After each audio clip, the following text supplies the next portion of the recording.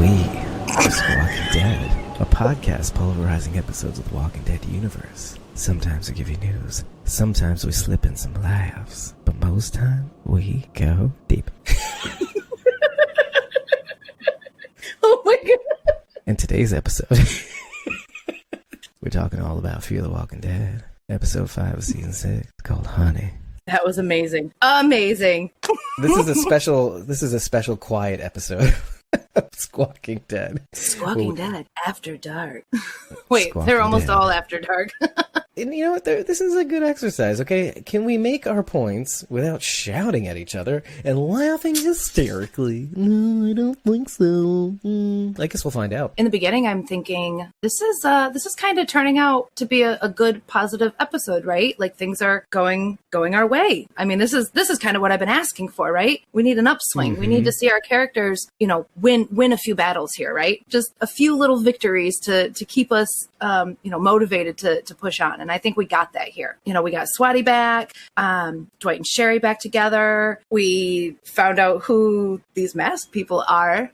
That was very fun. And a lot of, like you were saying, a lot of talk about who we used to be, who we want to be, especially between Dwight and Sherry. And I think I saw a lot of character changes for the two of them, or maybe a lot of assumptions. Yeah, a lot of assumptions on both of their ends. So I'm not sure how I'm feeling about Dwight and Sherry by the end of the episode. I don't know if I'm. Yeah. I don't know. I don't know how to feel about them. But I think they saw how each of them has changed and grown in these at least 2 years that they've been apart. Yeah. What's interesting about All Out War is that, and I actually happened upon this fact, is that Sherry doesn't even show up past season 7. We don't see Sherry after she last appears on season 7. So we haven't seen her in many years. When she lets Daryl out of the tank, right? That's the last time we see her? Mm-hmm. Yeah.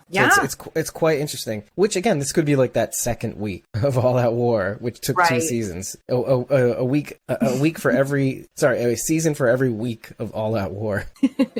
which again was like in the second 2.5 years into the apocalypse. 2 or 2.5 years. That's up for discussion. Timelines, we can't get into timelines. But even then, so All Out War is over, that's a couple months later, so that's maybe 2.5/3 years. Then Morgan, we say jokingly, he only takes a couple weeks to get to Austin. No, apparently that journey was a couple months. Yeah, I buy that. Yeah, makes more sense. And then obviously there's conjecture that the events of the second half of season 4 coincide with the beginning of season 9 of The Walking Dead because of what the effects the hurricane had on the bridges, how they went out. So we have that. So there is there's a little bit of continuity until The Walking Dead just moves away from us. So I mean, we could be 4 or 5 years in. So again, Dwight hasn't seen Sherry in, let's say, about 2 to 4 years. Oh, it's not very good. No. Or I would probably say, maybe 2 to 3 years, 2 to 4 years. I think we have to say that. 2 to 3 feels comfortable. Mm-hmm. Yeah. Between 2 to 3 years. So, and I think they both recognize the change and growth that each of them have gone through. I was a little disappointed in Dwight that he reverted back to his old ways so easily. I mean, so easily he didn't even notice. He didn't even realize, right? He was Sanctuary Dwight again. Sherry saw it. I think it scared the shit out of her. Yeah, and I really don't know what to make of it too. I do. But I actually kind of liked seeing it in a weird way.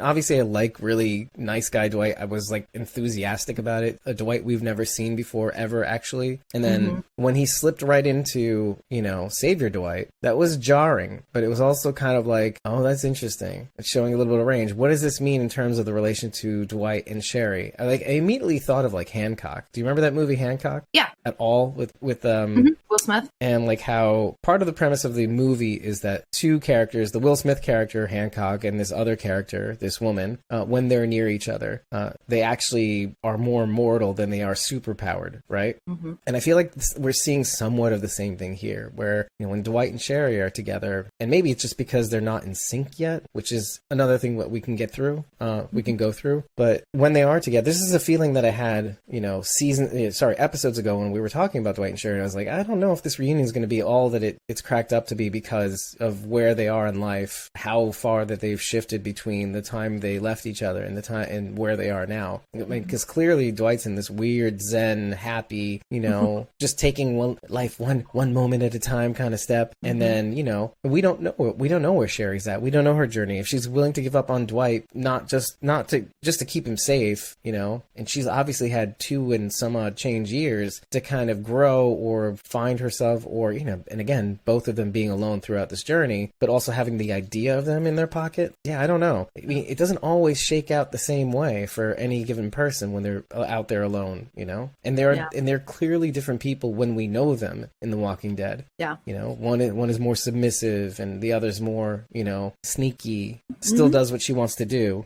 You know? Well, I had written in here, you know, the irony of this too. I mean, in the beginning, we see Sherry reading these notes, right? The reason Dwight is where he's at right now is because these letters from Sherry gave him the motivation to keep on going. And he even brings up the very first letter she writes to him saying, you know, basically she's taking the blame for Dwight turning into who he did at the sanctuary, right? I did that. It's because of my choice that you turned into this person. And, you know, I want to remember the person that you were. And so Dwight says, okay, I'm going to be that person no matter what it takes. I'm going to get back to good Dwight. And they're having this conversation. They're talking about it. And he's saying like, well, and then Raleigh shows up and here's an example of how Dwight has changed. You know, he kind of hints about him and Morgan a little bit. I mean, literally seeing the things that changed Dwight along his journey. And he still reverts back. Like he still digresses into that savior role after talking about how important it was for him to get back to Sherry, who he originally was. What are you doing? You don't even see what you're doing. What are you doing, Hancock? Come on, man. Yeah, I don't know.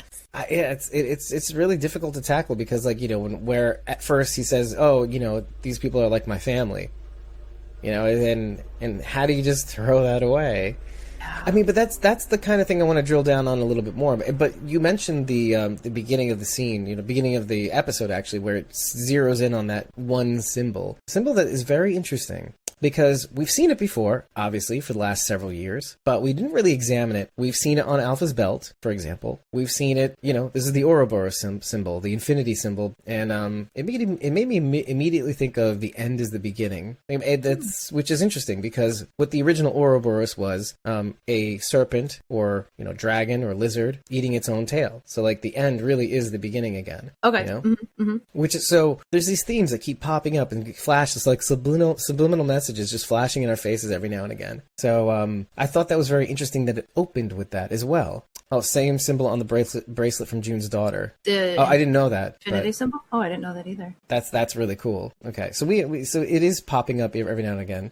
The Ouroboros is something I actually looked up, and it says that symbol. You know, when it first starts out, obviously it's a serpent it's like an O. So the serpent is actually, it's a circular shape. It originally came from ancient Egypt, 13th century BCE Egypt, in the Golden Shrine in King Tut's tomb. Mm-hmm. And this is, so what that was supposed to represent was cyclical time. See, the Egyptians didn't believe in linear time, you know, where, you know, we go forward, the years go by. The Egyptians just basically believed in circular time. They were heliocentric culture, which is very interesting. They believed everything revolved around the sun setting in the Nun, the Delta Nile, and then coming back up again. But it was just a very interesting idea of cyclical time, that every end is a beginning, is an end, is a beginning. Like seasons, days and nights, harvest, planting, that sort of thing. And you see some of this going on in the episode as well, in some respects. You know, you see the end of Dwight's journey, let's just say, is basically Sherry's beginning. But so there's something very interesting going on here. By the end of the episode, you notice that, okay, obviously we're closing on the episode on the very symbol that we start with, but in a different context. At first, obviously, Sherry's leaving it for Dwight to help him follow her. And by the end of the episode, and I didn't understand this at first, I'm like, infinity up? No. Infinity up? What does that mean? You nerd. Seriously. then again, I was watching this at 5 a.m. Oh yeah. And I'll get back to that in just a second. However, at the end I figured out, if Sherry goes in the truck, it's like a secret message inside the truck to point Sherry in the direction of the safe place. Right. Exactly. Yep. Again, I did this at 5 a.m. And the reason why I had to do this at 5 a.m. was because I finally finished watching The Rise of the Skywalker. Yeah, I haven't watched it. But I did that so that I could watch Fear the Walking Dead later, because 3 times in a row, 3 times a charm, a very shitty charm you don't want. AMC Premiere / AMC Plus screwed us again. They promised us Fear the Walking Dead at 12:01 a.m. on Eastern Time, and they screwed us again and gave it to us in Pacific Time. Okay, fine. Thing is, we can't do anything about that. We need AMC Premiere. They may not need us, but we need them. We need them to stay ahead of these 2-episode clusterfucks for the last, I don't know, month, 5 weeks, 6 weeks, whatever, however long this hell has been. Yeah, it's been over a month now doing 2 episodes a week. Yeah, I mean, I would tell people, vote with your feet. They're not answering you back on your tickets. They're not answering you on social media. They're not saying anything about it on social media. Then they put Talking Dead behind a paywall. Okay, I don't care that you do that, but when you said you weren't going to come back until November 22nd publicly, on AMC, on the TV channel, whatever it is, I was fine with that. We made our peace with that. It's not different than what you did before. Oh, but now you're going to go behind a paywall. Okay, but you can't even get Fear the Walking Dead right. So why? Right. I haven't watched a single one of them. Have you? Of Talking Dead? Yeah. No, I don't have. I have AMC. Okay.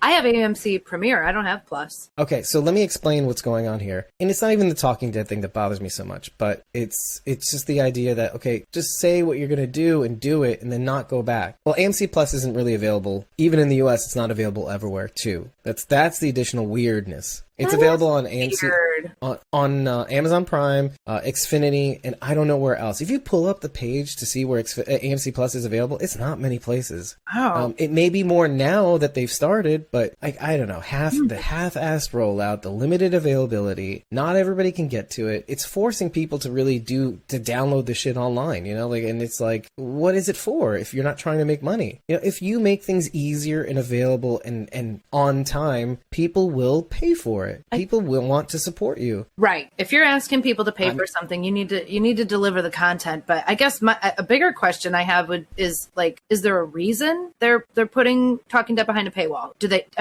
need money? Are they hurting? I think it's one of those, I don't even question that. If it makes sense to do it, fine. But right, I mean, sense of it. If they're broke, yeah, money. I don't even know if it's a matter of being broke. I think it's a matter of okay, if it's going to be low effort content. So, you know what I mean? If it's not going to be a full blown Talking Dead, I can see why they would want to maybe put that behind a paywall, because they still have to produce it, but it's not a full blown strict to the rules trivia, whatever, Walking Dead. Okay. And maybe they feel okay, maybe if we do these Zoom sessions with all these different people, as long as it's like an add-on to their existing benefits of getting AMC Premiere. This is like a perk to get AMC Premiere rather than the actual programming. Because when November 22nd comes back, it's not going to be the same as the programming they're showing between their last time Talking Dead was on and now. You know what I mean? I can say that with certainty. Last thing Talking Dead was available October 3rd. Okay, so yeah, AMC Plus only, apparently. That is infuriating. But so you know what? We'll drill down more on that in the week or so ahead, because we'll do this on social media. So if you aren't following us on social media, head over to squawkingdead.com. Mostly on Twitter. It's not going to be on Instagram. It's not going to be on Facebook. We're going to complain mostly on Twitter. That's kind of where it's at. If you vote with your feet, if you start canceling your AMC Premiere accounts or your AMC Plus accounts, they will notice, and then they will actually at least say something. That is really the point. Yeah. Say something. And don't be satisfied with the refund. You're not even getting what you want. What's waiting 18 hours? You might as well watch it live. You're not getting any benefit, honestly. Well, I don't know. The only benefit you'll get is to be with us. Yeah, in the recording. So speaking about technology, letters. I was observing the letters, moving on for the Ouroboros. I was observing the letters as they were coming up, as they were revealing themselves. You pull back from the symbol and you start seeing that's an envelope, and underneath it there's a little postcard that says, "Can't wait anymore. Don't give up." And underneath the first envelope, that we see initially, there's a postcard that says, "Dream house on it. So there must have been like,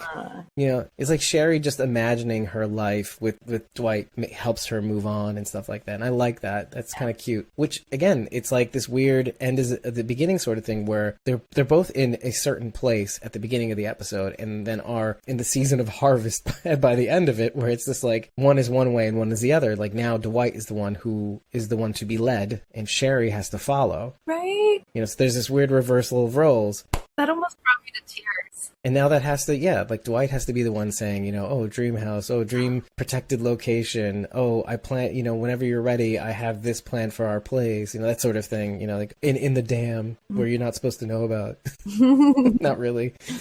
But, but the third one that we see is Sherry's letter to Dwight. The last letter, actually, the one that John finally gives to Dwight that she doesn't want to follow him. And you can actually read the actual letter. And it says this: D, I had to kill someone. A man back at that diner. He almost killed me. I know we've both seen so much, too much, but I still don't like the thought of you out there looking for me and all that death. I don't want that for you, D. Next paragraph. I don't want you to kill yourself trying to find me. I wouldn't be able to live with that. I want you to stop looking for me. Yeah. It doesn't say me, but I figured it out. I'm pretty smart when you put me to the task. You can figure it out. Yeah. I want you to stop looking for your mother. Yeah. Whoa, it came out of nowhere. I didn't know Dwight had a mom. Does everybody have moms? Anyway, I know I'm smart. Thanks, Nisa. So I have a little bone to pick, and maybe you can make some sense of it. Maybe not. I don't know. But okay. So the title card, I know we're going to talk about it anyway, but I noted a few things, but mostly what I thought I saw was I'm going to call it a lifeguard station, and what looks like maybe a pool ladder. Look just like one at my parents' house, right? That you get into. Did you see both of those things? I didn't really know. I think in the overhead shot there may have been. No. I think there was more than one. No, in just the title.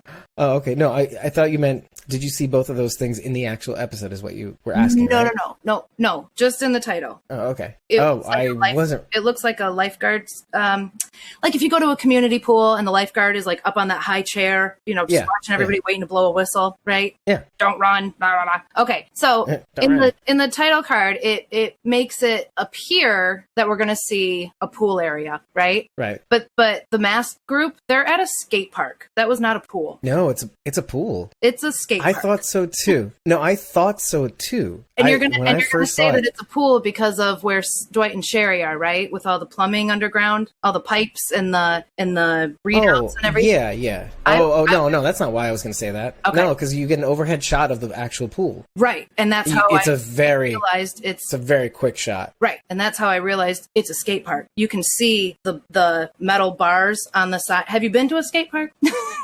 Yeah, but let's back up a sec, because I actually said that outright, like in the first bit of my notes. They might have tried to make a skate park look like a pool, but it was most definitely a skate park. Yeah, I mean, anything's possible, but I did notice that there was something odd about some of the sides of the pool, but then that was, I think, really mostly due to its shape also. And it's not unusual. Like, look, skate park, when skateboarding was... It's a half pipe, not a pool. Well, I mean, like anything is possible. But the first thing I noted when I first saw him in the pool when they took the mask off was like, oh, it's a skate park maybe, and Austin Emilio is a skater. That's exactly. So I thought that was a really cool factoid. But at the same time, I was like, okay, first of all, and again, this could be as things go, right? Sometimes where you shoot a scene is different than what the environment leads you to believe where it is. Like just like Barrington House, when they film in Barrington House, that's a soundstage. They're not like actually walking into Barrington House from the outside on Hilltop Colony. So this could be one of those things, maybe. I also noticed a bit like the shape of the pool that we see overhead is an actual pool. Actually, it's an actual pool location. I can't can't. This is one of the things that kills me because almost every single clue they dropped in this episode, like it says Mavis David swimming pool out front near the end of the episode where they're planting the fake Althea and Dwight zombies, walkers, and then they're walking away and they're tied up. Mm-hmm. So I tried to look that up, could not find it. Mm-hmm. I tried across the country. You'd think a name like Mavis David, and then looking up swimming pool in separate quotes and then all together, and you would be able to find it. No, couldn't find it. Couldn't even find the significance of a Mavis David. So what I'm thinking is they wanted it to be a pool, but it was they filmed at a skate park that they tried to turn into a pool. Right. Yeah, I think that's what they wanted you to see. And hey, listen, you might be right. I mean, that's the thing. I think there's an irony in that. Like real cool. And I think it's extra cool that Austin Emilio is a skateboarder. I mean, that's just kind of like a secret nod to the cast, right? I like that. Yeah, exactly. I really, really enjoyed that. Like, just that little peek into like, oh, okay, I see what you're doing there. Right? It's an Austin Emilio-centered episode. Okay. I see what you're doing. I see you. Yeah. But let's go back to the title sequence. Like, some other cool things that you may have missed or may not have missed is like, Sherry. Well, first of all, let's focus on the fact that usually the character being focused on is a one person. Mm-hmm. The characters in this episode go hand in hand, which is interesting to me because they're not just making it about Dwight. They're making it about Sherry, and they're making Sherry a significant part of Dwight in this episode, which tells me a lot about where they want this to go, I think.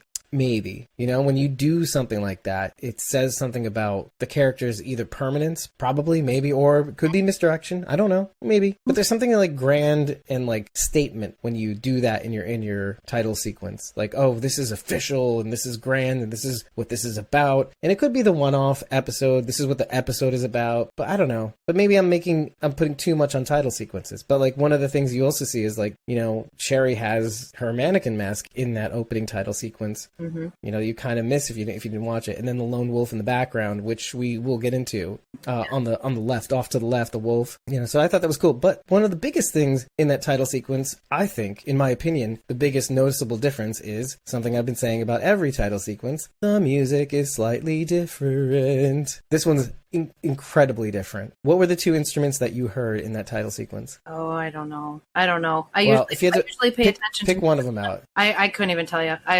I couldn't even tell you. I normally pay attention to music, but not score, I guess, if that makes sense.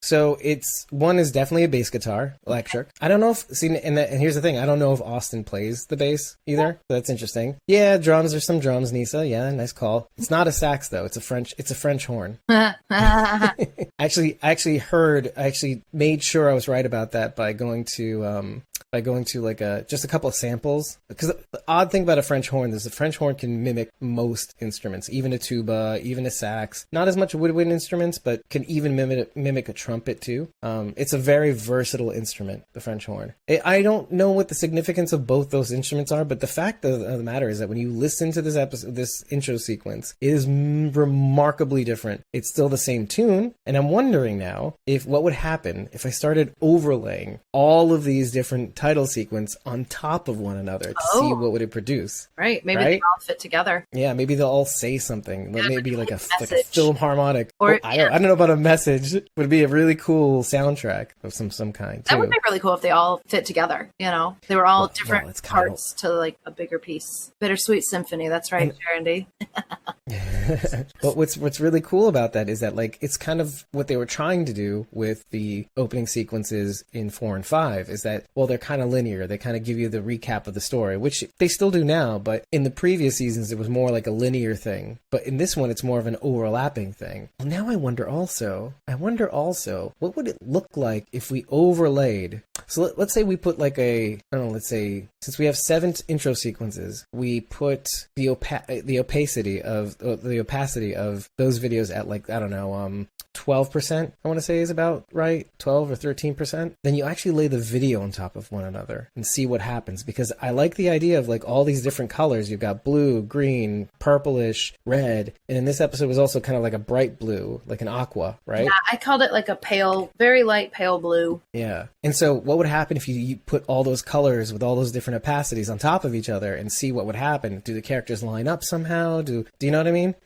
Well, so far the images images have been centered. So I think the images themselves are going to be right on top of each other. So you'd have to spread them out. But I wonder how everything else sort of fits together, and if it does. I think you'd have better luck lining up the music, because if you overlap too many photos, the images are just gonna cloud up, each other. Maybe, but now I just want to see mostly for the colors, to be honest, just to see how it would look like. Yeah, that'd be cool. Or Rachel, what if I do it and it forms like a Voltron? Right? What if there's like a picture in the center? What if all the shadows? Create a picture. Yeah, what if they make a big Voltron? Nisa's doing make a super strand Fear the Walking Dead. Well, I wanted to also drop another Easter egg, just a big one actually, a big Easter egg that I found. I think Sharon D found it as well. This big Easter egg is you actually do see in the opening scene as well. Just before you'll see it when it pans out to show Dwight and Sherry in the room, and it shows the front door. But you'll also see it when Dwight actually walks to the back and finding out, whoa, what's going on with Sherry? The Robinette's Eggery logo. We've seen this at least twice before on Fear the Walking Dead. It's right above the door. Yeah, and we've seen it both on Jenna Elfman's t-shirt in Laura in Fear the Walking Dead Season 4. Okay, it's the t-shirt that John gives Laura as a, because healing and blah, blah, blah, and the wounds and whatever. Okay, so we have a photo of that, right? Okay. And then there's the billboard in Fear the Walking Dead Season 5 in the first episode. This is where the gang is trying to get to Logan. Logan needs help and whatever. And the truck stop has that billboard just outside the truck stop. I thought it was a Robinette's Eggery truck stop and Emporium, whatever. But it's not. Whatever. But it's a really cool reference. And then what do we get when Dwight comes back with dinner for breakfast? Eggs a la scrambled. Yeah. So I thought that was kind of like a nice little neat, tie-in. When you say above the door, do you mean like above the like the front door, or like the archways going into the next room? No, it's above it's barely visible above the front door. So there's the front door of this place, whatever this place is. Okay. It's obviously the front, because it's kind of like a bar. When he moves the curtain out of the way and sees the mask, I can't. Exact opposite way. Okay, all right. So it's as he's walking towards the back, it's behind him, and that's actually the front door. Okay. The door where he's moving the curtain aside, that's the back door. Okay.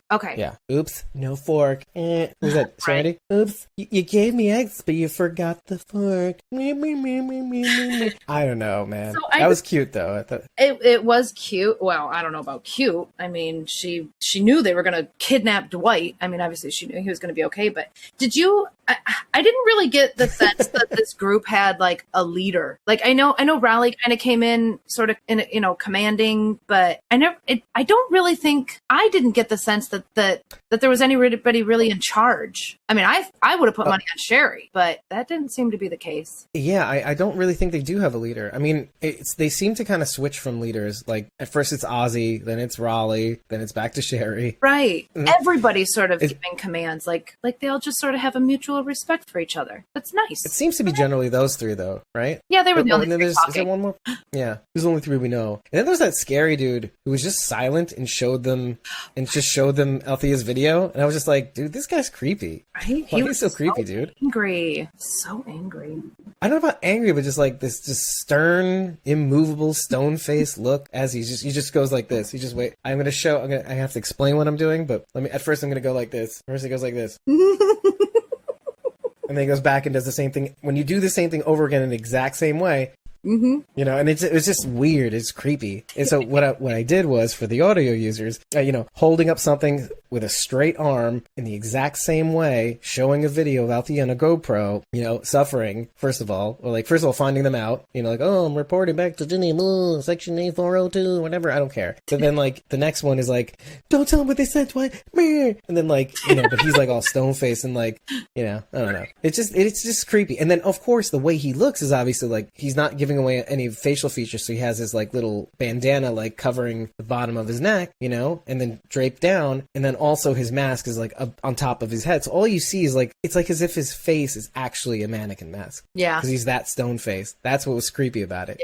Yeah. I can't believe we spent so much time on just this guy. But it was creepy. So Sharon D and Nisa, and Dave, I want your input too. I don't remember Raleigh being so cute. Was he cute the last time we saw him? Wait, why can't I weigh in? That's what I said. Well, first I said Nisa and Sharon, and I said no, Dave, I want your take too. Honestly, I don't remember Raleigh being so cute. I'm offended, first of all. Second of all, when we see him at first too, like he was deliberately dressed up as kind of like a redneck too. There was like the cap, it was kind of on his face like this. He was kind of a dick. His facial hair was a little bit more scraggly and long. Here it's a little tighter. Like I'm like, look what a shower can do for somebody. I mean, would you say that you noticed that he looked a little taller too, in a weird way? That's hard to say. I think the last few scenes we saw Raleigh and he was on his knees, wasn't he? But yeah, I mean, there's this deliberate attempt to make him look smaller because he's weaker, or he's more of a dick. He's more of a vulnerable person in trying to take a superior position or whatever. But every time it goes wrong. Yeah. But now he's taller, more confident, standing up straight. He's in a good group. Look, that shit's attractive too. Yeah, I know it. Oh my God, Charity's saying he's your Colby. Well, your Colby, your Rachel. Dwight's asshole is your Colby. Is my Colby? Well, I don't know. Anyway. Oh, right. Yeah, it's a mask thing, right? I'm just digging the mask. Oh my God. Oh yeah. Well, that's Charity has a good point. Iris and the mannequin in the last episode of The Walking Dead World Beyond. Now there's mannequin masks in this one. Yep. These little tigers. Oh my Lord. Mm-hmm. In Wilma's closet. I'm here for it. Yeah. Mask number 2. Okay.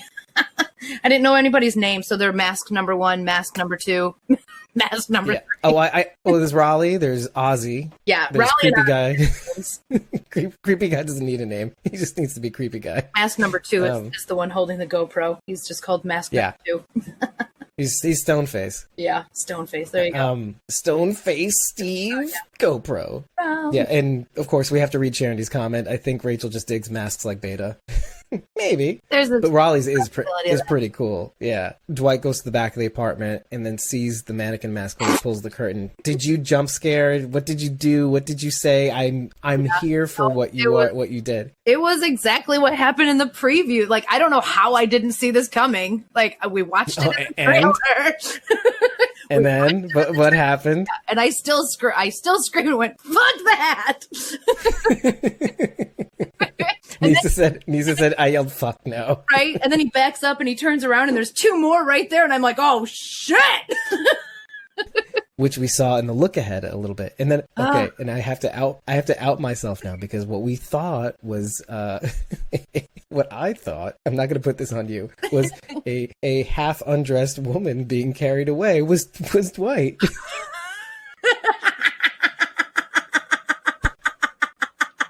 Sorry, oh my God, a topless woman's being carted away with a bag on her head. Well, I mean, you couldn't see the facial features, but like... Right. Oh my gosh. Sorry, oh my Lord. Apparently he has a feminine body.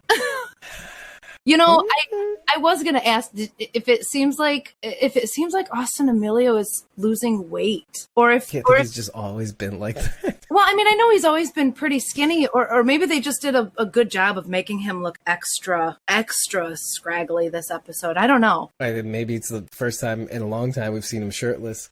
That could be too. Aside from maybe his Instagram, or maybe ever. I don't know. That could be too, or like in a like a beater top or something. That's true. He has That's true. For a while. Actually, if you really think about it, have all of you watched The Machinist with Christian Bale? And he lost a ton of weight for that role. Oh, okay. And it was frightening. Ooh. I mean, he had medical guidance throughout the whole thing, but he needed to kind of feel like he pulled it all off, and it was really his body. Wow. But Dwight is getting close. Austin Emilio was kind of close to what I remember Christian Bale looked like in that movie. Okay. If not for like a little definition, and even like, you know, Christian Bale has like that weird kind of face. I would like to point out how happy I am that I was correct when I said Al was on horseback. Yay! I think we all had something in that too, by the way. Oh, yeah. Like I had originally, you had said, no, Sherry's not it because the color grading. And I was like, no, I think it's Sherry. I see. And I thought it was on horseback. The person who ended up being Sherry, I thought was Grace. Mm-hmm. Right. Because you called her fat, basically. Well, I did. I said it looked also, like. I did.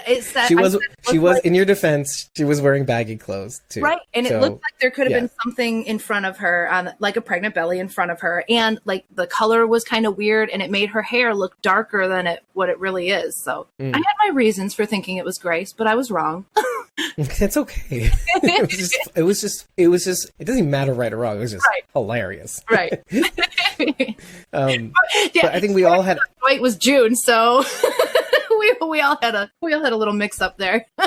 Yeah. And, I thought it might have been Strand or Wes. And then I did say at one point, I'm like, oh, but the biker vest thing, it could be Dwight, like, because he's a mirror image of because of my logic. Oh, he's a mirror image of Daryl, which isn't crazy to think because, and this is after I said, oh, it's Strand, right? but which isn't crazy to say because there is a little bit of that going on here in this episode. Let's just jump into it because okay, when obviously the mask comes off, Dwight's in the pool with all these other of Virginia's outcasts and everything, and he discovers both Ozzy and the dog first, and the dog kind of pops up every now and again to remind the audience of what Dwight put Daryl through in a weird way. Like he's in a cage, he's fed dog food every now and again.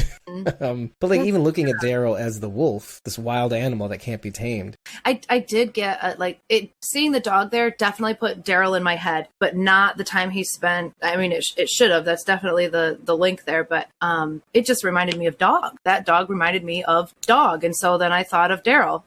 And that's kind of weird, right? Because of what I just said, right? Yeah. But in a weird way, Dwight is kind of this weird yin-yang image. Well, again, what are we on? The Walking Dead World Beyond? No. It's this weird yin-yang image of Daryl in a weird way. And there's no question, unless you guys think otherwise, there's no question that Daryl was modeled a little bit after Dwight. As a character. There is this weird similarity to him. Like, even down to the wing, the half the wing being torn off could be seen as, yes, either an injured Daryl, but it also could be seen as, since Dwight had worn that jacket for so long, like these are kind of similar people in a weird way, like in attitude and temperament and in how they do things. Like they're not that similar when it comes down to marital relationships, but when they meet, they go different ways. They go down different paths. Oh yeah, and that's a cool comment. Sharon is saying half angel, half face. I realized that by the end of the episode, Sherry is the one to actually release Dwight, and here Dwight's doing that. And it's kind of like this weird way of, again, the Ouroboros. It's like the different seasons, who's doing what and who is whom. The role swapping. Daryl is the one to let the dog out, and I'm also wondering, like, it's almost as if there's like this weird foreshadowing of when he does release the dog at the end of the episode out into the wild. And where did the dog come from, by the way? Wildlife. You can do it. I'll give you a hint. Preserve. It's where sanctuary. Sanctuary. Oh, there we go. Wildlife sanctuary. Perfect. How odd a thing is that, right? Yeah. It's kind of cool to see all these little callbacks. My first thought, obviously, because I'm too smart for my own good or really, really stupid, as I've portrayed in some respects. Infinity up? No. I thought when I heard Wildlife Sanctuary, I thought Alexandria. And then I'm like, but sanctuary's in the name. Sanctuary's in the name. Yeah. So, like, what's wrong with you?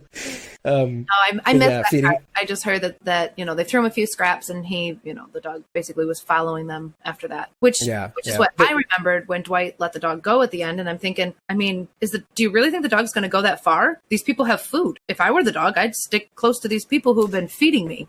That is absolutely true. And there is actually something kind of strange about that. But you know what? Maybe, it's very possible that the wolf does come back in some capacity, though. Because of some of the look-aheads we got. We got some, I think, a flash of the wolf dog. Mm-hmm. It was really, really short flash, but I'm not sure if it's from this episode. But we don't know. We could, but again, like the purpose that the wolf dog has in this episode is to kind of reflect images of the past that should remind Dwight of where not to go or what hole not to go down. Yeah. We've been here before. We captured Dwight. We captured Daryl. I keep referring to Dwight as Daryl. It's this weird thing that happens to me. But I also noticed that when he does free the wolf dog, there's a little bit of him freeing Sherry in a way. Like, it's not immediately apparent that that's what he needs to do to have her follow. Okay. To give her an opportunity. But it's also kind of like he's almost freeing himself too, in a weird way. He's allowing himself to not have to go back. It's not Dwight freeing Daryl. It's Daryl freeing Dwight. That's okay. That's what I wrote. I knew what I wrote was actually a little bit more profound, because at the end of all that war, there's the aftermath, and Daryl has his thing with Dwight. He's about to kill him, and Daryl gives him mercy. And just like Daryl, and it's almost as if Dwight's kind of returning the favor. You know, he's freeing the dog, and it's the Ouroboros again. Who is freeing whom? It comes back around. The end is the beginning. I like how this keeps coming. It keeps coming back to that. And Sherry's like, if you love something, set it free. Ooh, you know, Dwight and Daryl had something saucy together. But maybe, right? Well, yeah. I could see that. I could see if it was really yours, it'll return, right? Yeah, that's what. Yeah, and it's very possible. Sherry, you know, he loves her. He has to set her free, and he hopes that she will follow and catch back up to him. Dwerl. Dwerl. Hashtag Dwerl. Love it. No, but I want to go back to something that Sharon D also said is like, if you want to talk about mannequins and mannequin masks, you know, we have to also talk about the dog and the wolf dog that made everybody think of Huck and, you know, the kids in the, what is it? The Wrong End of a Telescope. Yeah. So there's a little bit of a connection there, you know, where the one was feral and pack animal and protecting its young and whatever that is. But the this one is more, you know, kind of a pet, kind of safe and fed and all that stuff. Interesting. Yeah, I wonder. But yeah, maybe we will see that again. I don't know. But I feel like I need to satisfy some people and go straight to the torture scene because, yeah, this is at the point where we are starting to see Savior Dwight again. We do see the music blasting. It's a different song. And here's the thing. I could not find the song. Oh, I did. Who sings the song? The song is called Yesterday, Tomorrow, and Today by Little David Wilkins. The lyrics that we hear in the episode are, wake up each morning with your sweet kiss on my mind, early morning sun shining through. And then there's another line, but Dwight, this is the moment that Dwight says, turn it off. And then we just hear the warm summer breeze. But it's the starlight in the morning lyric, though. Did you write that down? Early morning sun shining through is the line. Early morning sun shining through. I thought it said stars. It did, but the captions were wrong. But I thought that was kind of funny. I listened to it if it was the case 100 times because I'm like there's no T in that word. They're not pronouncing a T. But what if it was though, right? Okay, let's assume it was true, right? That would be another Ouroboros reference. How many weird stars kind of do you see in the morning? There's no stars. None. Obviously none. Are you crazy? Exactly. That's why it's the early morning sun. Although no, the early morning sun, you may be able to still see stars. By the way, maybe in the butt crack of dawn. Yeah, but the star, but the star and the moon sometimes shining through. Yeah. Anyway, either way. But what I'm saying is just to illustrate a point. It's like it's kind of cool because there's this and that. Yeah, it is really cool. The basically the feel that I got from this song was about lovers who are split apart, and he wakes up every morning wishing and hoping that his lover was there with him, and I remember your kiss, things like that. So it was a very Sherry Dwight song. You know what I mean? Yeah. Obviously they're reunited now, but not for long. But it reminds me of that. I think there's many different fables in ancient lore, where in different cultures where, the sun and the moon are actually lovers. Oh. And the only time that they get to meet really is just at the butt crack of dawn where the sun is coming up, and then you can still see the stars out, the moon is still out, and then they get to kind of just meet in this one moment for I think it's 70 minutes or 60 minutes. I always found that kind of that story kind of tragic and beautiful and all that stuff. Sure. And they get to have this cycle where the sun meets the moon, and then is that right? No, the moon meets the sun as it comes up, and then the sun almost leaves the moon at the end of the day. You're like, oh, they just ships in the night. They just pass by each other. Moon's constantly chasing the sun. Yeah, and the sun's constantly chasing the moon. But they can't catch each other. Yep. Ouroboros. Again, it's crazy. I love it. I laugh. And Charity says, wishing they were on Easy Street. Right? Oh my God. Yeah, you know what? That makes a lot of sense. Mm-hmm. Easy Street would have been a better song to describe Dwight and Sherry when we saw them in the last episode. Actually, now I want to kind of play that over that scene. And it would be actually make kind of sense too. Yeah. That would just be extra sick though. I mean, play that song. Ooh, that song's probably still got to give Dwight nightmares, right? Oh God, yeah. He starts getting a stomach ache, and even Sherry's probably like, oh, God, this fucking song again. I'm so embarrassed for Negan playing that song. I laughed so hard when when I don't know, prisoner ranger dude, I don't know what we want to call him, prisoner ranger, is driver ranger guy. Driver ranger, you know, he's talking to Sherry, and obviously Dwight's getting all pissed off, and he's like, "Oh, you know, I'll kill you," and he's like, "No, you won't." And then Dwight takes his mask off, and the dude goes, "Geez, I can see why you wear a mask." So it broke you out of what Dwight was actually trying to do.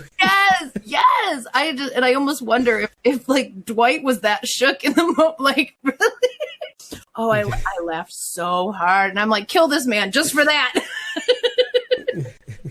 Oh my god. Oh, I laughed way too hard at that part, at that line. Oh my god. Which is, it makes me wonder, like did the seriousness grapple you like, as much like what he was trying to do in that moment? Like, first of all, the guts thing immediately reminded me of what's his face, Austin Nichols. What was his name in Spencer? That reminded me immediately of Spencer. Oh, did you not feel that? Oh, you didn't feel that? Okay. No. He says the words guts. He says the words. You had guts trying to. What did he say? Trying to take us on.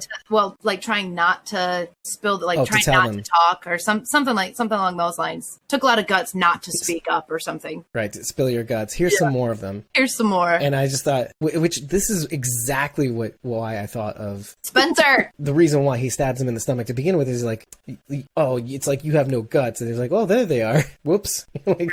I want to kind of go back to Raleigh though. The reason why I'm coming back to is kind of like why we describe Daryl as kind of like a yin yang to Dwight, is that one of the cool things is that, you know, Dwight's asshole turned to actually be a nice guy, and he was a total shitheel follower. So he turns into kind of like whom we see, whom you would maybe even describe as he comes down the steps as a nice guy leader. You know, toasting to everybody, saying, "I say after we did this thing, like after the Swati capture, like after this thing, we're friends." Like, what the fuck? This is like night and day. And he was like a shitheel follower before, and this is kind of like, okay, and this is what Dwight produced. This is the result. This is like, you know, if Dwight hadn't done this and that, and decided to go on this path, and, you know, Sherry and being the man to be proud of, blah blah blah, and even Raleigh acknowledges this, you know. And you have to also remember, Raleigh actually tried to burn Dwight's letters too, back in season 5, and yet here we are. Raleigh and Sherry are actually working together.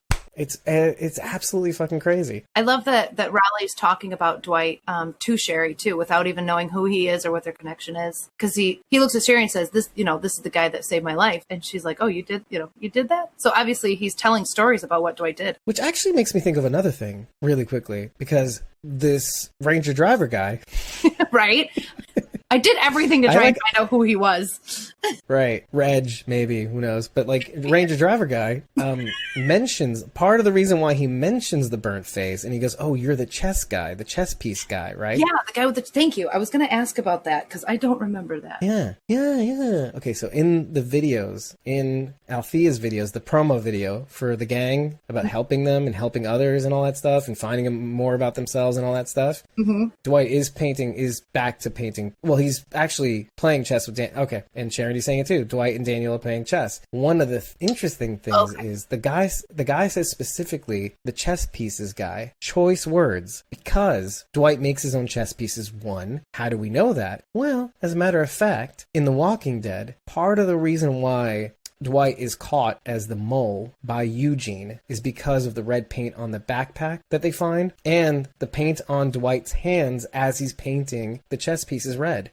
Nice little callback, which makes you think, like, the seasons, like, it's still like the seasons have changed. Like, instead of now being the mole, he's actually being the dick, and he's kind of being Raleigh's asshole right now.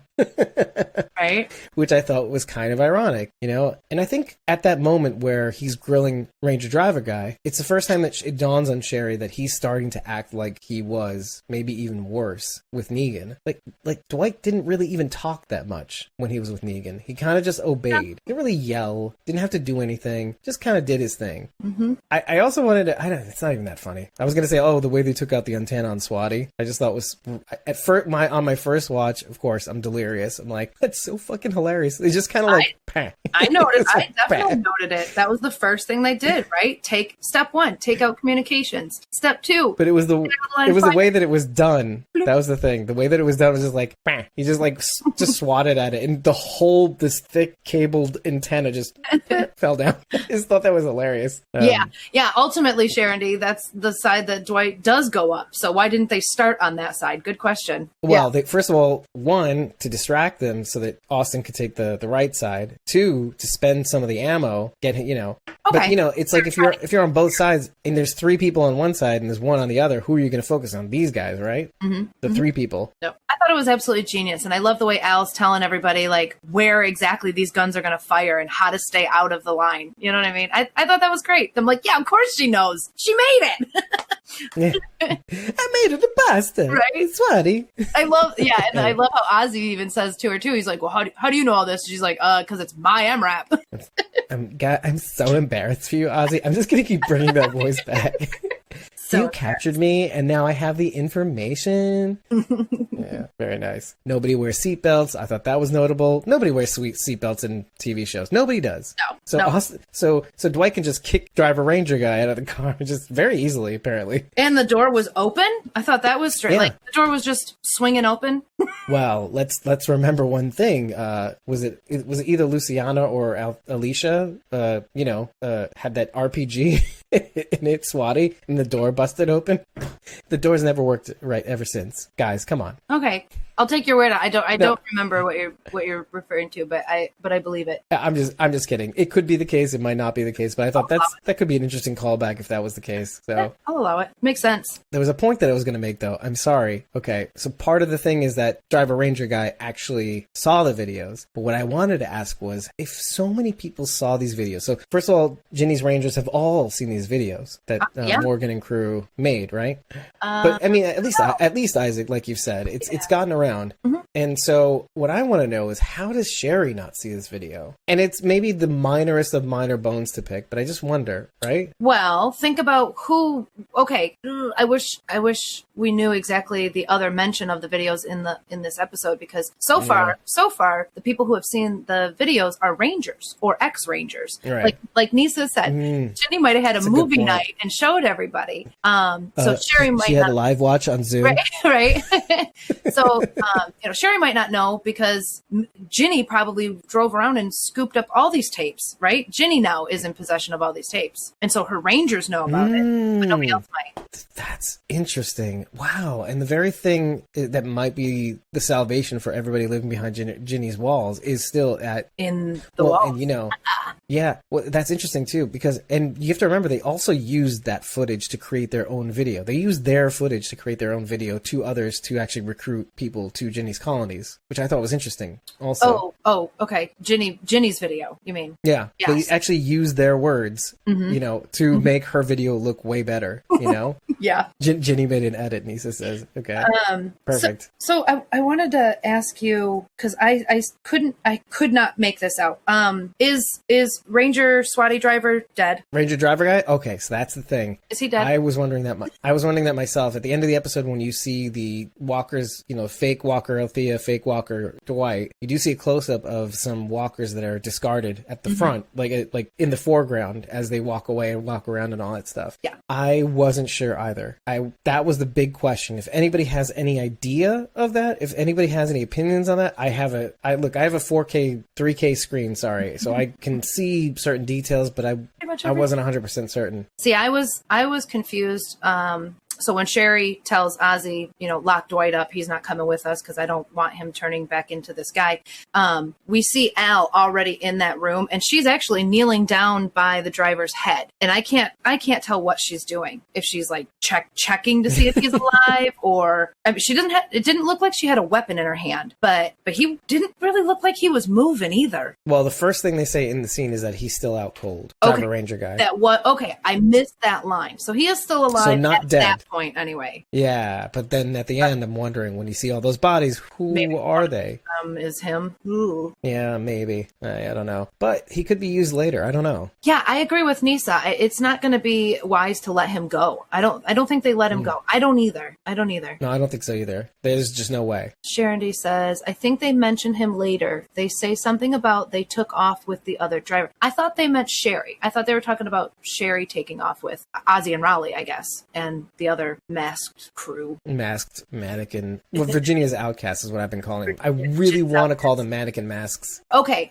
So Sherry, Raleigh, Ozzy took the driver with them. Okay. All right. Right. Okay. Which again could just mean that, took off and then just slit his throat. I don't know. I don't see Sherry doing that though, right? I mean, she seemed pretty appalled that Dwight was going to let the dog rip him apart, which I'm shocked at. I kind of expected to see a more hardcore Sherry when we met back up with her.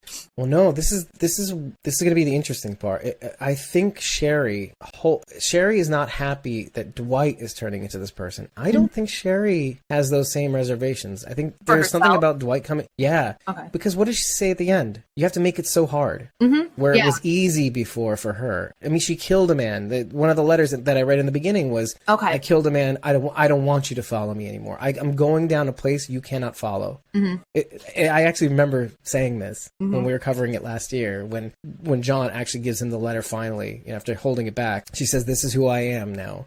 So she wasn't worried about, the victim. She was worried about Dwight and what that action would do to Dwight. Right. And the weird short-sightedness of everything is that Dwight wanted for Sherry what Sherry wanted for Dwight. The big thing about Dwight being at the sanctuary was, I'll do all the dirty work, the hard work, the killing, the whatever I need to do to keep you safe. And yes, you are Negan's essentially wife, but you don't have to do any of that killing stuff, that cruel stuff, the things that make you not be able to sleep at night, the things that I think about when I touch my face, every now and again. Right? It's the left side, actually. And at the end of the day, now Sherry's like, no, I want you to continue on this path of being you, of who you are, what you are meant to be in this moment, while I do the dirty work, while I become the person that keeps you safe, that keeps your heart safe. I felt like I heard some regret in her voice too. And during that scene specifically, when she's talking about, she says, I had 100 opportunities to do something about Negan. She's talking about being back with Negan. I had 100 opportunities, to do something.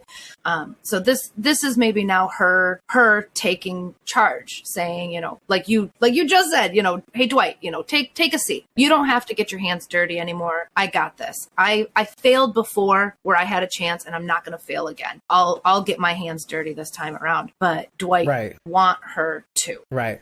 And that's what's really crazy about that, is that like when you see this from Sherry, do you feel the same way as I do? Is like how sad that is that she's stuck. I mean, think of this is why I mentioned at the beginning of the episode, imagine these two people doing the same thing. One is running both of them are running away. And Sherry is leaving notes, thinking absentmindedly, hopefully Dwight is alive and will follow, right?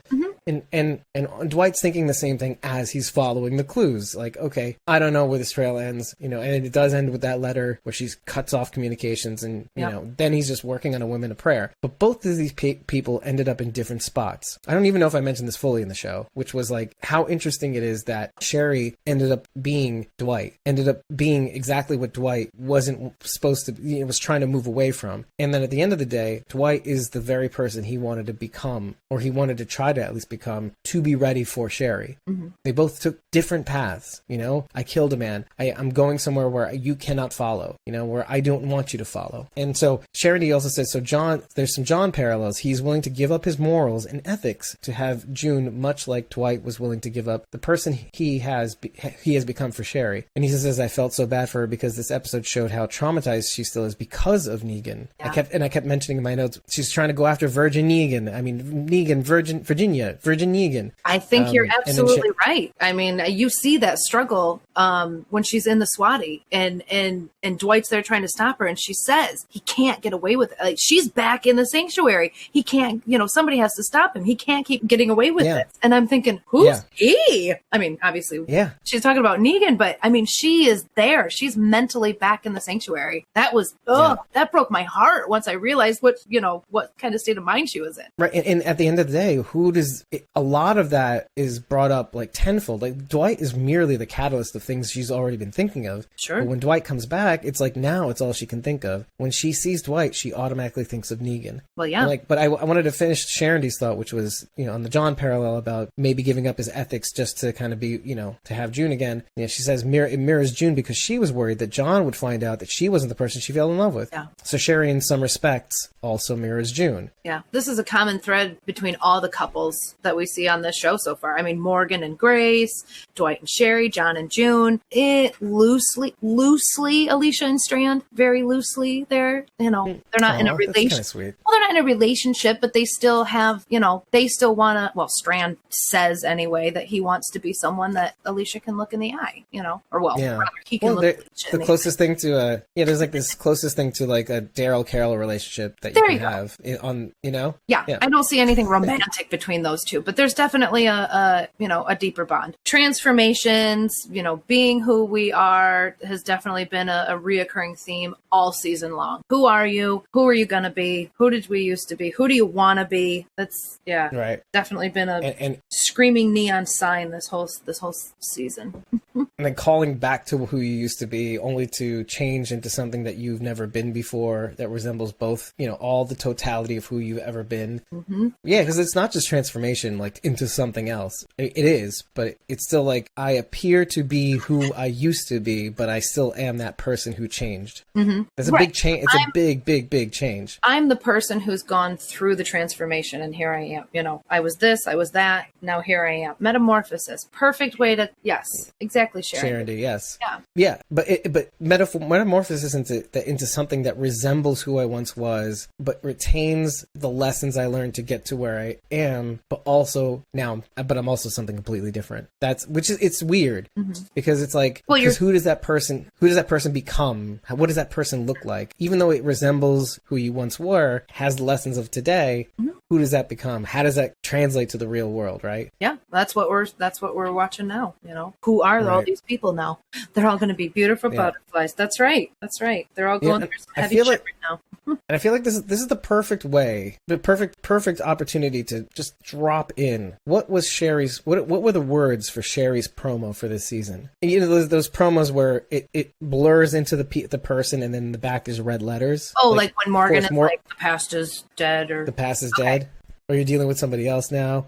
Or like Alicia, it says, I can take care of myself. But Sherry's is, this is the only way. Oh, okay. Yeah. So I don't know that I've seen those posters. The only ones I've seen are different. Well, they're not posters. They're videos. They're video promos. Oh, I definitely haven't seen them then. I've only seen the images of their faces that says the past is dead, but it says it over everybody's face. The video promos, each person says something different. You can actually see the beginning of that in our intro sequence. It's like 10 seconds long, but you'll see the blur in and all that stuff. Sharondy's saying she's a freaking Mandalorian. This is the way. Okay. No, she says, actually, she says, this is the only way. So, the only way. Okay. No, the reason why I mentioned that is because it goes back to the title sequence. This is why I was so adamant about the title sequence and it being both of them. Is that, do you think, and this is a question finally, do you think Sherry will find her way back to Dwight? She will catch up to him, let's say? Oh, man. And what you feel by the end of the episode, let's say. Well, this question goes to you guys too. As a viewer, I want to see that. Yes, I want to see the other side of this, right? We saw Dwight and his journey catching up to Sherry. So now as a viewer, I want to see Sherry catching up to Dwight. I want to see that. All right, now put your Squawking Dead hat. Right. Now do I think that's going to happen? Sorry. Do I think that's going to happen? I don't know. I don't know. I'm trying to play it out in my head and see if killing Sherry off would have a bigger impact or a better impact to move Dwight in the direction he needs to go? I don't know. Or story-wise, what's more effective? Exactly. Yeah. And what that means, it doesn't mean good or bad. It's just what makes a better story. Right. Right. Sherry dying. I want to see Sherry catch up to Dwight, yes, but is that going to be good for the story? I don't know. Right. And then I'm also wondering a whole other thing too, because you can hem and haw about whether they'll get back together or whether they'll stay apart or die or whatever. My thing is, I think what makes some things interesting is that part of what I maybe have seen, and yes, there could be a return and it might be too late and she might die, but I'm also wondering if they just don't split. You know what I mean? What would a divorce look like in the apocalypse, right? Yeah. And I wonder if, like, when Sherry tells him to go, because Sherry's the one to tell him to go, Dwight doesn't magnanimously go, I know you're not ready, you're here for this, but, you know, when you're ready, you can come. No, Sherry's the one that says, fuck off, I don't want you here. And so what I think is interesting is that I wonder if Sherry in that moment is thinking, I'm not good for you, because you being in my life turns you into something else. And maybe it's me. Like, I wondered sometimes whether Dwight acted the way he did because Sherry encouraged him to be that way. This is something that we actually talked about in season 7. I mean, we didn't have a podcast in season 7, but we thought. Yeah. No, I think that's what but even we even thought, like, in season 7, you know, she's smoking the cigarettes in the hallways, that she is driving this bus, right? In a weird way? Yes. Yeah. She definitely had a commanding lead in the conversation of that hallway. Oh, yes, please. Thank you. Yeah, I saw what you're saying. You know, I can't be around Dwight because it's not good for him.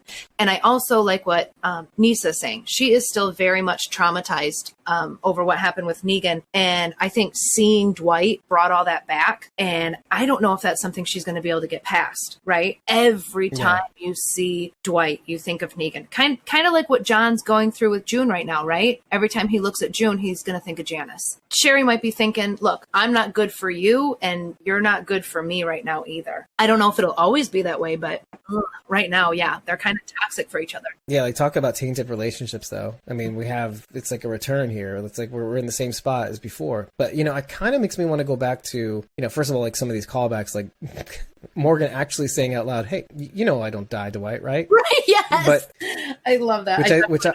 I smiled a hardcore smile at that. Like, I wasn't even laughing. I was just like, oh, cheesy grin. Sweet. It's kind of cute. Yeah. I did the same cheesy grin as Morgan's been doing throughout this episode, but not quite. Yeah, but like, no, not quite. When it happens, though, oh baby, will we go into it? And yes, I will play a clip. I promise you, I'll play a clip of Morgan. So.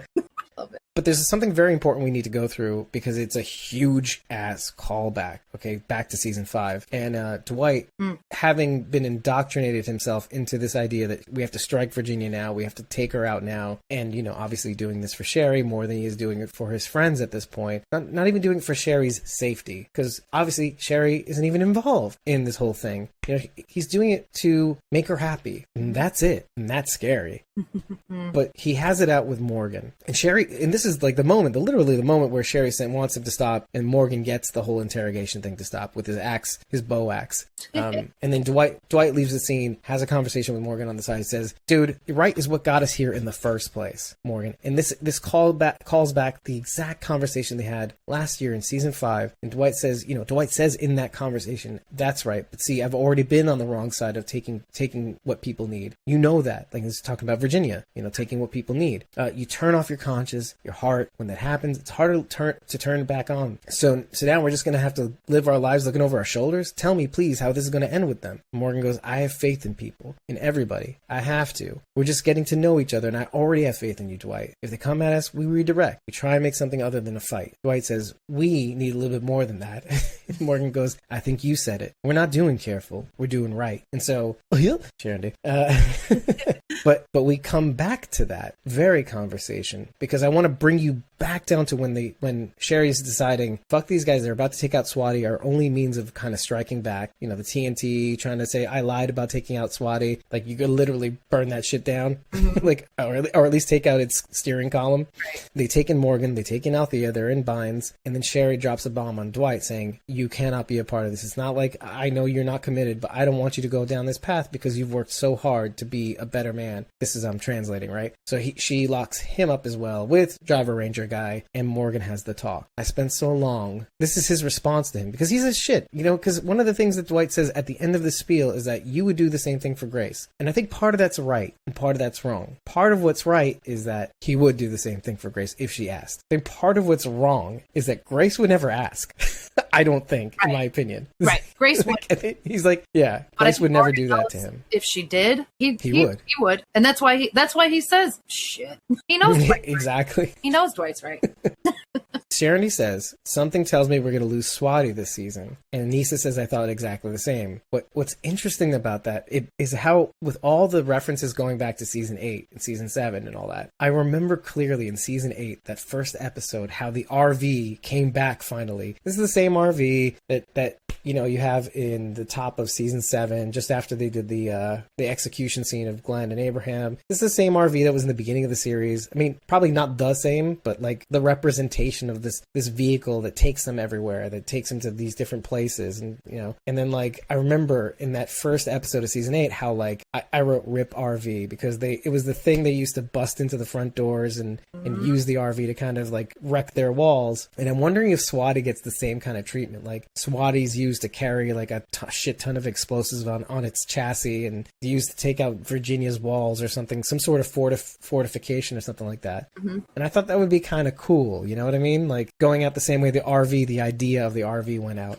Yeah. I like how these two things come around too, though. Like Dwight having the conversation with Morgan and then Morgan having the conversation back. But the idea that I spent so long thinking my way was the only way. Yeah. I didn't realize the trouble I was causing me or any of you. And this is something that I said earlier, that like I feel like Morgan is going through this change because he realizes, at least finally, that Morgan sometimes gets stuck on this one idea and then he gets thrown off and then he always tries to come back again to that idea and he gets thrown off again, realizes finally after being so stubborn that, oh, I should be looking at this instead of focusing too much on this idea that I think I'm right about. And now here we are again. I spent so long thinking my way is the only way. I didn't realize the trouble it was causing me or any of you. Was it different, Althea? I didn't realize I needed to change until it was almost too late. And that's interesting because Dwight says, me and you both. Now you take that and you bring it back to Sherry. And what he says about Sherry is that, like, he says specifically, she needs to find her own way, just like I did, just like you had to. Figure out how you want it, who the person you wanted to be when it's all said and done, the person that you could be looked into in the face and be proud of. And Morgan took long.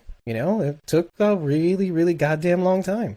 We actually have to go back to talking about the mannequin mask people. Apparently, these are Virginia's outcasts. Now, what we had assumed was that the end of the beginning people were the mannequin mask people. Again, subverting our expectations, leading us down a garden path, and we find out. So a couple things. One, the mannequin mask people are Virginia's outcasts. So they are literally ex-rangers or ex-people who lived in her settlements, rejected, were about to send to be death. Not good enough. Right. And then, you know, people who would have otherwise died. Fine. So it's not a situation where Raleigh kicks his brother out and the death cult and all that stuff. So they have nothing to do with each other. So apparently this Walter guy has everything to do with directly, which makes it easier actually. What directly has to do with this death cult people, who the death cult people hired Emil to kill. And Walter has nothing to do with Ginny. Apparently, maybe. I don't know. Maybe a thread, I don't know. But the end is the beginning people, the death cult people do not know anything about Ginny. Whereas the mannequin mask people know everything about Ginny and want her dead. So for all the things that are really, really complicated about this season, like these people, at least the general geography and who wants to kill who is pretty clear, is clearing up, except for Dakota, which we don't really know. We think she's great, but I don't know. We're very suspicious people. We're basically, I am more about Dakota being an evil something because we don't know anything about her than I was about Charlie. Charlie showed her colors right away. You know, we kind of knew what Charlie. Well, that's not necessarily true. Charlie was a sneaky little bitch too, sneaking into the field and help me! I'm gonna bring everyone here. You want to talk about mirror images, though, right? Because Dakota is seemingly starting off to be less standoffish. She's like into it. She's very vocal. She's with it. Charlie, very silent, but people want to care for her because it's Charlie. She's just a little girl. She lost her family in the nearby town. Whatever. Right? There's this weird. And how interesting is it that Dakota is the one to save Charlie? It's just like, oh, we have to trust her now because she saved the one character we really hated before.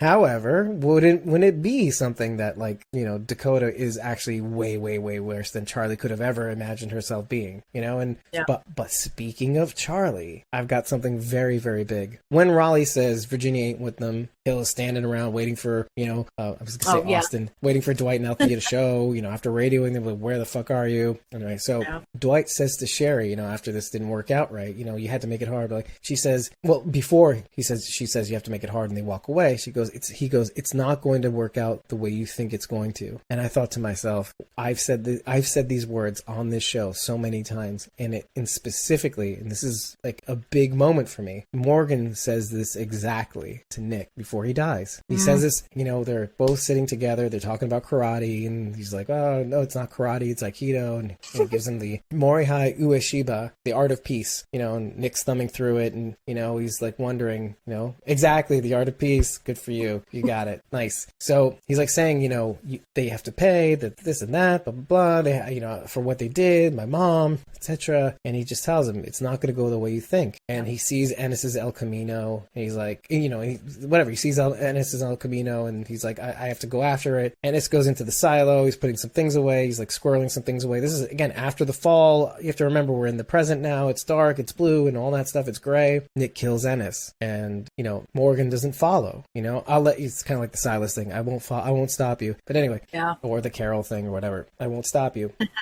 And reminding Alicia that I should have gone after him, but now I'm going to go after you. You know, that sort of thing. But yeah, he says it's not going to go. And then what happens after he kills Ennis? Charlie shoots him. It's not going to go the way you think it is, because these things have consequence. Going back to what Morgan says, you know, and Dwight saying, me too, you know, these like old reflections of their old self. Like, you know, when you say my way is the only way, and you have to, you know, you are going to have to end up living with those consequences. Like Alicia committing to going after everybody that was involved in the fall, maybe even associated with the fall, killing Mel, killing the vultures. You know, if your way is the only way, you're going to have to live with those consequences, because eventually Dwight saw how all that war finished, how it ended, and Rick sparing Negan and saying it can't always be about this back and forth. You know, Morgan even says in this episode, and this was what really kind of just drove it home, and I was just like, shit. Well, Sherry says, still about Virgin Negan, she says, if one life controls so many others, Morgan cuts her off and says, we're all going to have to do things we might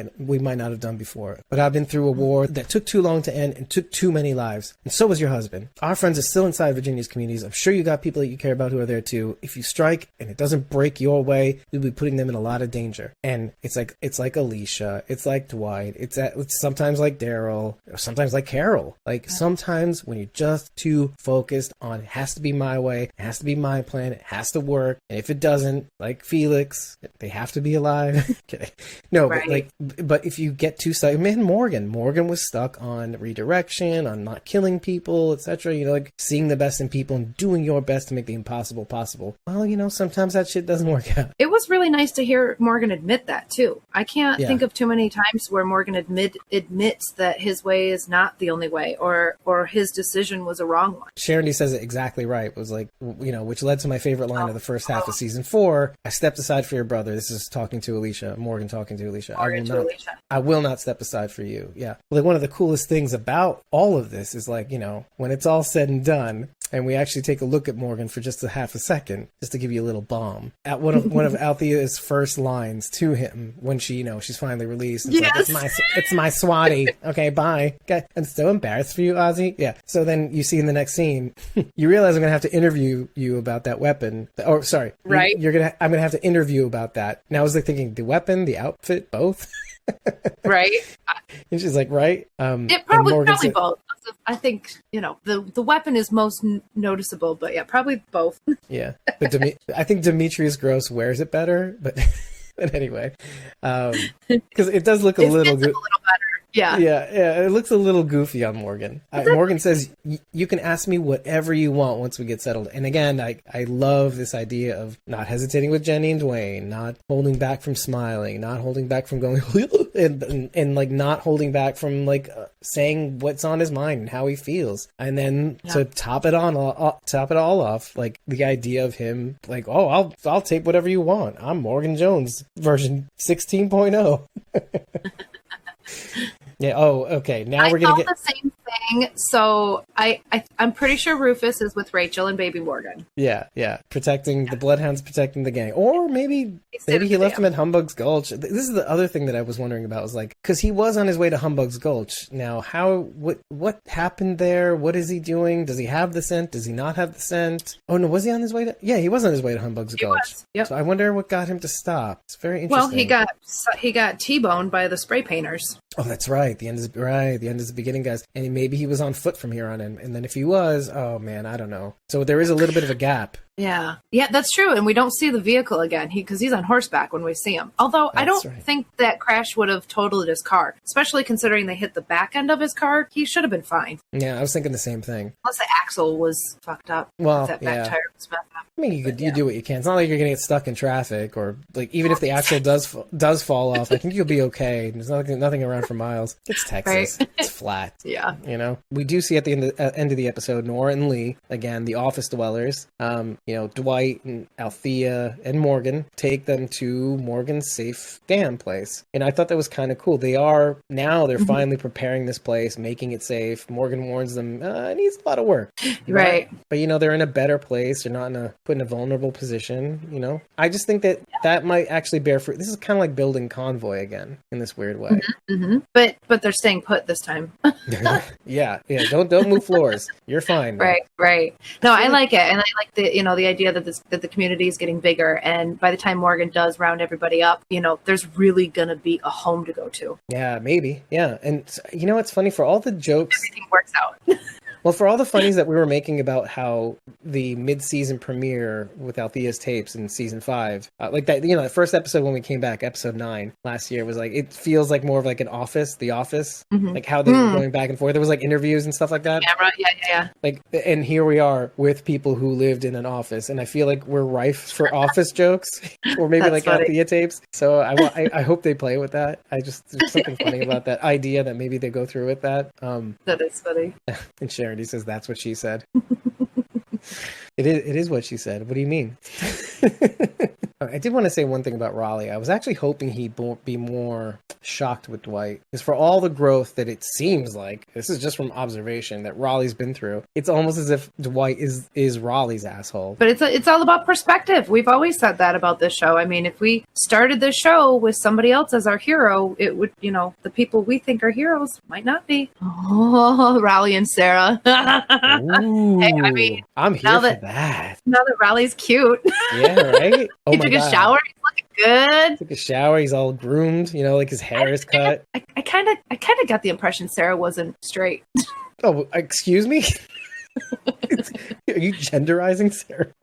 No, I'm just kidding. Just an impression I got from the character, I guess. Yeah, I guess. I mean, she really has not made that clear, but I don't know. Or maybe she has. People don't introduce themselves by their sexual orientation, so who knows? Oh, okay. Charity says, I didn't necessarily mean to hook up in that sense. Just, together again. Yeah. In a truck. Yeah, Charity saying Mo says she's asexual. I don't know. Oh, okay. Maybe not Mo. Sarah and Daryl, they understand each other. Yeah, exactly. Quite well. In fact, that makes a lot of sense. Yeah. I don't know. Maybe I like it. Maybe she is. I don't know. Maybe she isn't. Now I can see her liking guys, though. To be honest. I mean, I can see it going either way.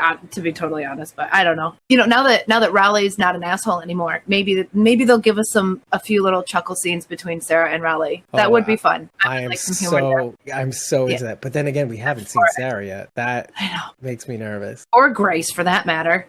Grace, I'm less worried about for some reason. I feel like Virginia and the idea of the key to the future, babies might be the key to the future. Do you know what I mean? I don't know. I don't see Ginny tolerating babies or pregnant women. No. This would go. The thing is like, I see what you're saying in terms of usefulness, but in terms of what is this all for, if not for children? And so, future. Do you know what I mean? So literally, yeah, right. Babies have to come into play. You don't have a future if you don't have the next generation to continue it on. But I don't know. Otherwise, none of what you're doing makes sense at all. Right. And so I feel like Grace has the immunity idol on this one. No matter how Virginia probably feels about babies, what is this for? Hopefully. But Sarah's in the next episode? Sharon is saying Sarah's in the next episode, so fine. Yes. I bet you her background is yellow, just for fun. Just yellow fun, We haven't seen yellow. We've seen 3 different shades of blue, red, and green. Actually, yes. Red, no, but green, yes, yeah. Green. And so yellow would probably make sense for next week. They're all primary colors. Green's not technically, but partially. Close enough. Enough. Was it CMYK? Yeah. Cyan, magenta, yellow. What's K again? Kelvin? Yeah, I think it's temperature. Right. Kelvin is whatever. It's the different palette colors. CMYK, RGB. Oh, okay. PR, PB, PY. It's like whatever. Luminance. Oh, is it Sarah and Luciana? Next week? Oh, so hold on. I think Sharon's saying it's a June episode, but Sarah and Luciana are in it. So we're going to be probably going to Tanktown, maybe. I'm going to be really irritated at the end of this season because of all of these individual episodes. I feel like we're not making any progress. I don't know. I feel like we're going to get there, but I feel like there's enough sinew to keep me going because of, remember what we were saying about Morgan being the connective tissue to all these episodes? That really has helped, I think, in my opinion. And the fact that he's actually a part of this story now helps even more, by the way. Ugh. Yeah, he definitely helps, keeping a timeline forward. We're not seeing what everybody's doing during the same week. It's here's what happened this week with these people. Then here's, maybe a couple weeks later with these people. And then even farther down the timeline with these people. I mean, I don't know. Which, by the way, a reference time, an exact time reference was dropped that Sherry and Dwight have been together for a week at that point. Yeah. Well, he said a little over a week. Oh, a little over a week. Yeah, exactly. So a little hazy, but yeah. But still, we're jumping pretty close. We're hopping through time, in various respects, Mm-hmm. He also mentions that Sherry's been with the mask people for a few months. Oh yeah, that's right. You know what? You got me back on track because she's been with those masked people for a few months. We find out that they have been. This is at the point at which Morgan is taken away, taken out of the board. They are shuffled away into different camps. And Virginia had said right at that moment that, she broke bread with somebody on their side. She broke bread with one of our people or something like that. Very interesting that. Right. So, and now we know she's with a bunch of ex-Rangers. Right. So there could be truth to that. There could be. But one thing that Dwight did note when he spoke to Morgan is that it had nothing to do with Virginia. Virginia did not have her, blah, blah, blah. I liked that there's a definitive Sherry was never with Virginia. Sherry's offer to get him back to Virginia was false. It's interesting. It was never an option. She was trying to trick him to get him to come along and be compliant.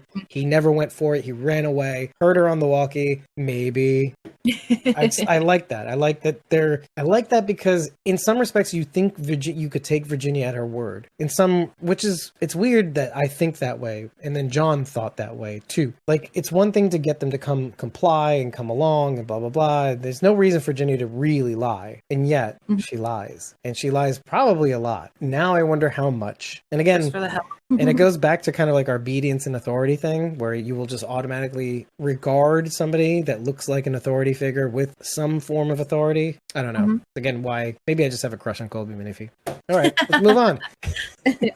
I don't know what's happening with me. But again, the breaking bread and the timeline matches up, and then you find out later on nothing to do with. Perfect. One thing that people ought to know about Dwight is that Dwight was instrumental to helping Rick win all that war because he was smuggling the very chess pieces with the fingers and the chess piece and the bag and the catching the mole thing. He was smuggling maps to Rick about the sanctuary, about everything that's going on in their end, all the satellite stations and all that stuff, so that Rick has a lay of the land so that he can strike and attack. So something people ought to know who don't watch The Walking Dead, that this is what he used to do. He was the mole. I love that we hear Dwight talking about his escape plan, and then we see him actually doing it. Yeah. I thought that was really cool. Yeah. Once in the last episode, yeah, and then again this episode. No, we can do my plan. He's like, okay, dude, he said that already. I think it could work. I really think it's a great plan. But here's the thing: how do you make sure it worked? How do you make sure? How do you confirm that your plan worked? You gotta find that out, right? You have to make sure that this worked before you can just fuck off. I'm gonna say this: Dwight's not the sharpest tool in the shed. I'm gonna say it by design. I'm not saying Austin's an idiot. I'm just saying Dwight's a character. Yeah, Dwight is not Austin. Yeah, Dwight was designed in in a way that, like, okay, he wasn't the smartest tool in the shed, and maybe because he was abused constantly, that does something to a person. But yes, I don't think he thought that far ahead. I just think, and it makes sense that you would want to check up on it, but at the same time, you can't. That's the worst part about it. Right. But it is a great plan. It really is. Yeah, it's good thinking. Okay, so Sharon says, I want to use a Tom Sawyer reference now. Lol. Like, here it is. Tom and Huck went back and watched their own funeral. Oh, that's right. God, do you remember the town? They had been away so long that they thought they died, and so they went back to watch their own funeral. I remember that. This is in Tom Sawyer. Okay. Yeah. Ooh. But wait, what is it? What is that in connection to? Oh, she's saying this would be the way to find out if they bought it or not. If you bury these bodies, good. Okay. It's hard. There we go. Not your fault, Charity. When it's hard to follow a thread when you're via text, when you're trying to connect things that we're saying out loud. It's if we were typing, I think it would be different. Yeah, that's how. And I think Dwight and Dwight and Al would be worthy of a funeral, much like Cameron got, right? Well, I don't know. It's very interesting that you say that, because the only official funerals that we've seen so far have been for Rangers. True. John is the one that buries Janice himself. Probably, maybe even against. I mean, would you bury a criminal in the same graveyard as Rangers? No, probably not. No, I don't think Ginny had any intention of burying Janice anywhere. Or Sharon says, or their cadaver chum. So yeah, that's very interesting. So would they? I don't know. It's very interesting to think about. Well, something to pay attention to. Yeah, whether or not they find out if their plan worked or not, it's still a genius plan. It's still really good. Would we haven't said this in a while, but would you say it's a Eugenius plan? Yeah, Eugenius plan. Kinda, yeah. This is something that Eugene would cook up. He would think in a grander scheme that he would figure out how to make sure it happened and confirm that they believed what happened. He would have a bigger plan. yeah. It would be much more elaborate but precise. Yes. Like it'd be, like the Rube Goldberg of murder plots. You know what I mean when I say that, right? Okay. Of course, your dad's a magician. Yeah. Rube Goldberg's hardly magic, but still pretty impressive. Like that wonder, you know what I mean? Like in the league of performance art kind of. Yeah, whatever. Silas and I have made many Rube Goldberg machines. Yeah. If you don't know what a Rube Goldberg machine is, just plug that into Google or YouTube. They're so cool. So cool. Yeah, the guy's a hero. So cool. I'm going to comment on the map sitting behind Sherry in the Swati real quick. I want to start with a word that I think we've seen or maybe heard, or maybe I'm totally making it up. But have we seen Midkiff City on another map someplace? No, but it could be Midland. Right, yes. Midland is on that map, but so is Midkiff. Okay. And I thought, for some reason, I remember somebody looking at a map and that city was sort of centralized on the map that they were looking at. I could be totally wrong, but it's just an odd word that kind of stuck in my head. It could be the map on the wall in Paradise Ridge when we first kind of meet Ginny. I don't know. The image I have in my head is somebody holding a map. Like somebody was holding a map and they were looking at it. And I remember seeing Midkiff on the map. And I just thought it was a really strange word. Okay. It appears that Ginny's keys are located in Grand Falls, Odessa/Andrews area, because that one's a larger key. So this end of the key is in Andrews. The bottom of the key lands in Odessa /Midland. It's like Andrews Air Force Base kind of thing. Yeah. Possibly. Some of these keys are longer, so I took this area and this area. Also, there's a key over Stanton, Garden City, Sterling City. There's another larger key that stretches from Big Lake to Ozona. Oh, okay. There's a larger key that stretches from Eden to Menard. Okay. There's a smaller key over Ballinger.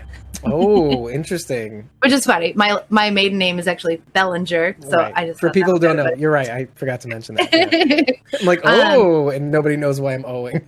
Right. Also, Winters. There's a key over Winters. Mm-hmm. A larger key that spreads over Haskell to Stamford. Right. And the last key was over a small key over Midkiff. Okay. Mm-hmm. Okay. So Sharon says Aaron Stamford, the actor, played Jim Brower or Jimbo. Jimbo. Oh, look at that. Not an unusual name. I mean, there are Stamfords out there. Yeah. I'm familiar with Stanford, but I haven't heard with Stamfords. Yeah. Or at least city's named Stamford. Sorry, audio people. Maybe we'll link to that map in the notes. Maybe in the blog. Maybe in the blog. There you go. Look at the image while you're listening. You know, the Waiting for Godot blog that we haven't done a blog since before episode 101. Look, the end is the beginning. We have to do this the way we started it. If you like what you heard, why don't you rate this podcast at ratethispodcast.com/squawkingdead? 5 stars and an eggplant. All we need to know how much you love us. But if you would like to write more, feel free. Ladies and gentlemen, if you really like this podcast, why don't you follow us at ko-fi.com/squawkingdead. Just follow us. If you'd like to massage our back a little bit more, you can buy us a coffee. Now, one coffee will give you 30 days of access to our supporter-backed content. That means you get all the unedited episodes you want, plus the ability to join us in the recordings. Not only that, let's say you don't want to jump in the deep end just yet. Girl, you can get the unedited episodes for free. You know what I'm talking about. The unedited episodes are available for free the minute we're done recording. So when we're done recording this episode, you can get your unedited episode recordings right away. You love it. I'm losing my voice. So once you get on that shit, head over to ko-fi.com/squawkingdead/shop and get your hands for free or pay what you want for these episodes. Now, if you pay us $3 to get these episodes, you will automatically get 30 days of access to our supporter-backed content. So why aren't you joining us, right? You could be right. This is like sexy time. Anyway, so... Right. Oh, before that, she says, this is disturbing. It's not my fault. Your vagina. Right, yeah, we gotta... Thank you for joining us. We're glad you had an awesome time breaking down these episodes and going real deep. Rachel, you tell the people how much you enjoyed that company tonight. Thank you so much for joining us for another episode of Squawking Dead. We will see you next time. Goodbye, folks. Had a wonderful night with you. And can't wait to see you for the next Walking Dead World Beyond. Because we're Squawking Dead, we like to go beyond. Good night.